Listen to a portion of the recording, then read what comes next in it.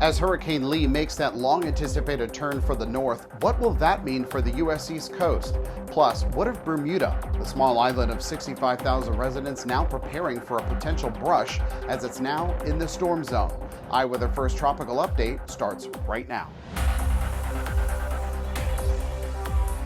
From iWeather First, this is a tropical update.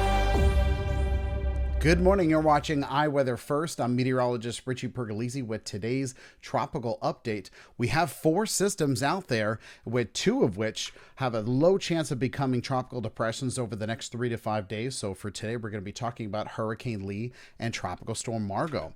First, with Margot, we can see on the visible satellite, it has definitely strengthened over time. But notice on the east side of the system there, you could see that there's a open area there. And the reason for that it's all the dry air that it's been going into the storm, as we can see on the water vapor satellite. That's those yellow colors you see right there that's going into the center of the storm, preventing it from expanding more than what it has already. However, the National Hurricane Center believes that it will strengthen into a Category 1 hurricane sometime today.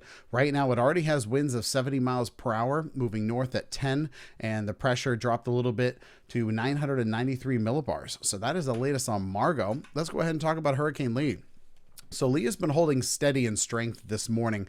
The NOAA Hurricane Hunter aircraft data has shown a clear indication of concentric eye walls, which will likely cause fluctuation with Lee's intensity over the next day or two. So it may get a little bit stronger, then a little bit weaker, and both the GFS and Euro are kind of conflicting in terms of that. So there is vertical wind shear with Lee, as it appears to have relaxed some since yesterday. There has also been an expansion of the upper level outflow over the southern and southwestern parts of the storm, and the forecast calls for a steady restrengthening during the next 24 to 48 hours, then shows some gradual weakening after that time due to the potential for upwelling, which is a process in which deep cold water rises towards the surface.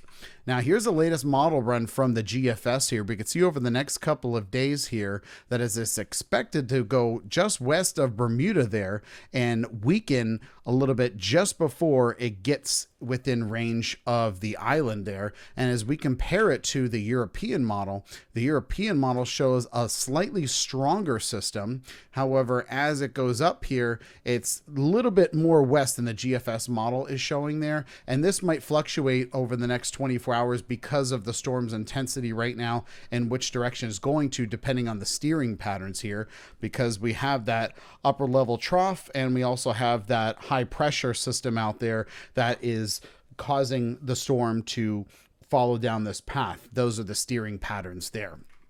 So let's go ahead and look at the latest advisory. Hurricane Lee, now a Category 3 hurricane, winds now at 120 miles per hour, moving now northwest at 8. Pressure dropped a little bit down to 948 millibars.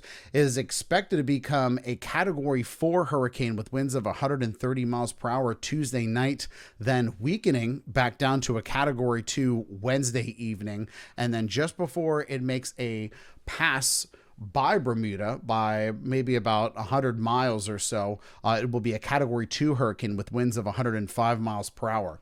Now, this forecast cone shows where the eye is going to be. So don't look at the center of this forecast cone that you see. Anywhere in this cone of error, cone of uncertainty, as we say, is where the eye of the storm could be. It could be all the way out to the east, all the way out to the west. We're not sure yet. We're still too far out to tell in terms of what impacts to expect. However, the arrival times for tropical storm force winds for Bermuda are now bumped up to about 50 to 60%. Those are winds of 39 miles per hour or greater there.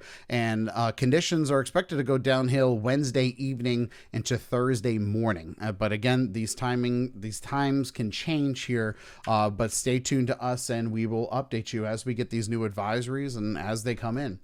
Here are the wave heights here on the Euro model. We can see already that Puerto Rico, the Leeward Islands, the Dominican Republic, the Bahamas, already experiencing dangerous surf and life-threatening rip currents. And as the storm makes its way northward, we're definitely going to feel it on the U.S. East Coast and especially the Northeast as well. How much and for how long, still too far out to tell. However, it definitely is going to happen.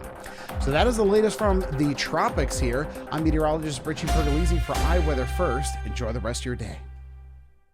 Like, subscribe, comment, and ring the bell to be notified of new updates.